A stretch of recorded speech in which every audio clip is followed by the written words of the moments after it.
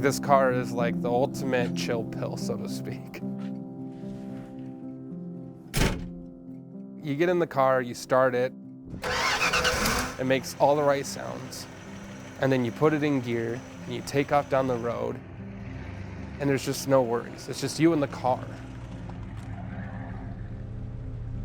I feel like all my stress and anxiety from the day, like just the world in general, my worries fade away.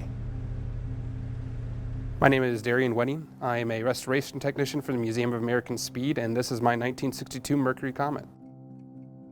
I was looking for it was supposed to be a father-son project, me and my dad.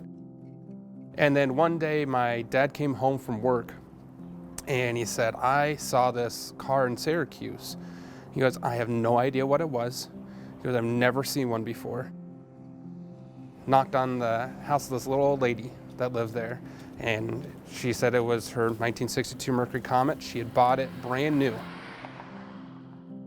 The entire car down both sides was covered in lichen. Someone had taken green spray paint and just went to town all down the side of the car for some unknown reason. All the seats were ripped on both front and rear, reeked of old gas as well. Like the car looked a little bit downtrodden, but you could tell it was a diamond in rough, at least I could. I'd say probably the hardest thing attempting to build this car is my very amateur attempt at bodywork and paint. Body and paint work is such more of a art and takes a lot more skill. When it's clean and buffed, it looks pretty good. And it's starting to thin in a couple places, but it kind of adds to the character and patina to the car, so I don't really mind it. This car, after doing the engine swap, is leaps and bounds ahead of what it used to be. Driving the car with the original 6-cylinder, even after I rebuilt it, you had your foot on the floor and you're just keeping up with the little Honda Civic next to you. Now it currently has a 302 blueprint engine in it.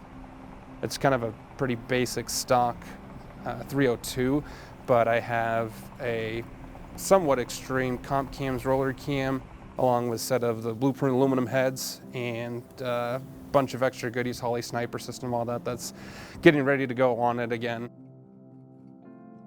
At least one of my favorite things about this car is the grille. The front grille on it is very eye-grabbing.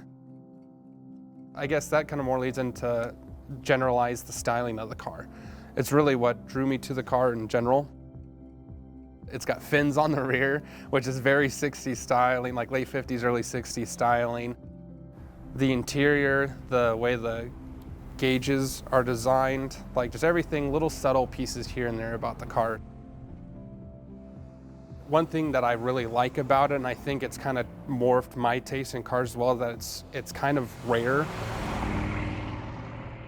It's just rare enough that people still remember seeing them, but if I go to a car show, it's the only one at that car show. I always had, to some degree, a passion for cars. I love working on cars. I love especially working on old cars. It's kind of like an itch that you always need to scratch. Sometimes you miss like the oil and the gas smell and like the simplicity, I guess is a good way to put it, of these older cars. I've always said I wouldn't sell the car because it's my first car ever. Like I bought this car before I could even drive. But if someone were to offer me an ungodly amount of money, I would probably part with it. I don't foresee that happening anytime soon, so more than likely I'll have this car and it'll eventually go to my kids or grandkids or whoever. When I'm driving this car, I'd say I feel relaxed. Like it's stepping back in time almost. Some people say cars are alive and some people disagree with that, but to me that kind of makes it feel like each car has a soul and makes it that much closer to the car being kind of a living, breathing thing.